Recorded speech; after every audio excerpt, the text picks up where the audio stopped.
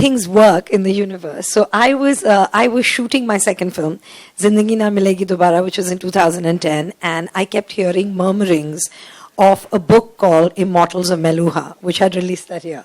And everybody was talking about it. We came back, I finished, I was editing, I read the book.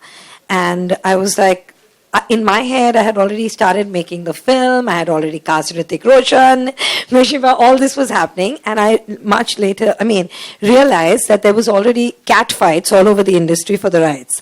The month, I don't know if you know this, but the month that Zindagi released, you released your second book. Really? Yes, Secret of Nagas. It was the second book, July 2011. We released it in the same month, and that's when we met. Post that at Fiki.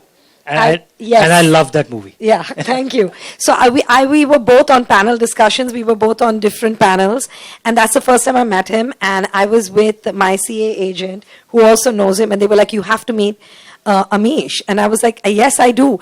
And then I met him and I was like, so does anyone have the rights? And he was like, yes. And I was like, okay.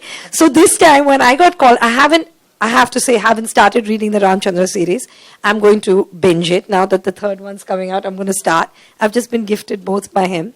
And I'm coming in a little early this time to territory. We grew up knowing the story and hearing the story and having it reinterpreted. So it was very interesting for me to hear what he has to say and say that there's a lot of depth to the character. Because, there is...